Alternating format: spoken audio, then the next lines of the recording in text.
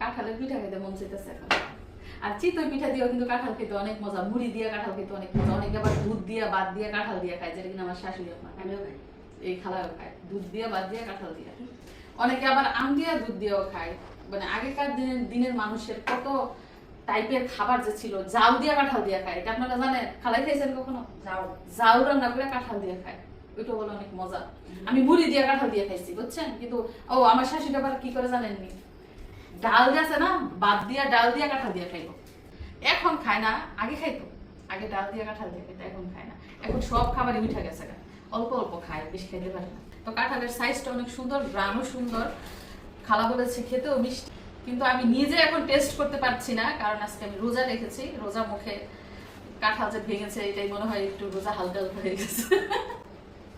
যাই হোক, আমি রোজা রেখেছি, এর জন্য কাঁঠাল খেয়ে টেস্ট করতে পারছি না। তবে ইফতারের পরে ইনশাল্লাহ খাবো, খেয়ে দেখবো গাছের পাকা কাঁঠাল, গাছ পাকা কাঁঠাল কেমন মজা হয়েছে। আর কাঁঠালের সিজন কি শেষ আপনাদের ওইদিকে? আমাদের এদিকে কিন্তু কাঁঠাল এখনো গাছ ভরা কাঁঠাল। গাজীপুর কিন্তু কাঁঠালের জন্য বিখ্যাত, আপনারা সবাই জানেন। আম কাঁঠালের জন্য গাজীপুর বিখ্যাত। তো রেখে দিলাম, খালায় আবার পরে খাইবো, এখন মনে হয় আর খাবে না। আর আমি খাবো ইফতারের পরে। সৌদি আরব থাকলে যেমন তাজা ফ্রেশ কাঁঠাল খাইতে পারতাম। এটা হচ্ছে রিজিক, বুঝছেন? রিজিকে আমাদের সৌদি আরব থেকে বাংলাদেশে নিয়ে আসছে আম কাঁঠাল খাওয়ার জন্য, গরুর মাংস খাওয়ার জন্য, গরু কুরবানি দেওয়ার জন্য। এদিক দিয়ে মাগরিবের আজান দিচ্ছে, মানে এখন ইফতার নেওয়ার টাইম।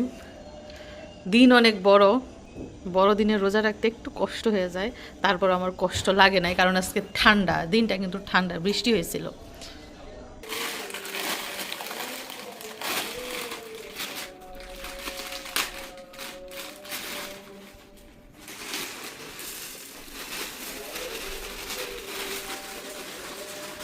ওই দিক দিয়ে গড়ে বানানো বেগুনি,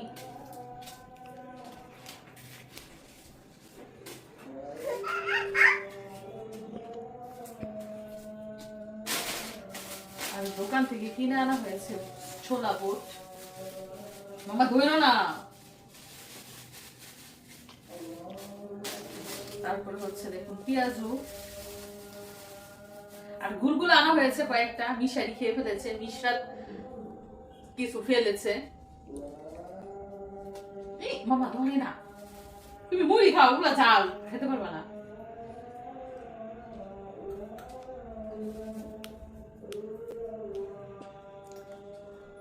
আর এই যে গুলগুলা দেখেন,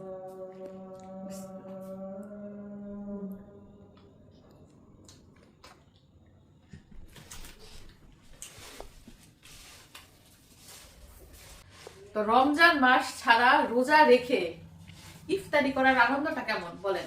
আমার তো অনেক বেশি আনন্দ লাগছে। আর আজকে রোজা রাখতে একটু কষ্ট লাগে না, ওই যে বললাম না, আজকে ঠান্ডার দিন ছিল, বৃষ্টির দিন ছিল, যদিও দিন বড়।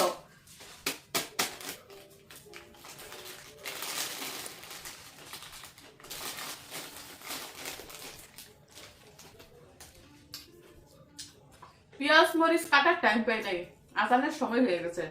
তাড়াতাড়ি রোজুমিরা শরবত খেয়ে তারপরে মুড়ি মাখলাম।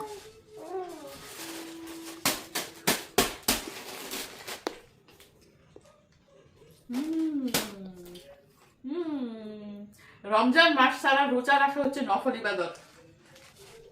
অনেকে কিন্তু সপ্তাহে 2টা রোজাও রাখে, অনেকে আবার মাসে রোজা রাখে। গুড়গুলো আমার খুবই পছন্দ।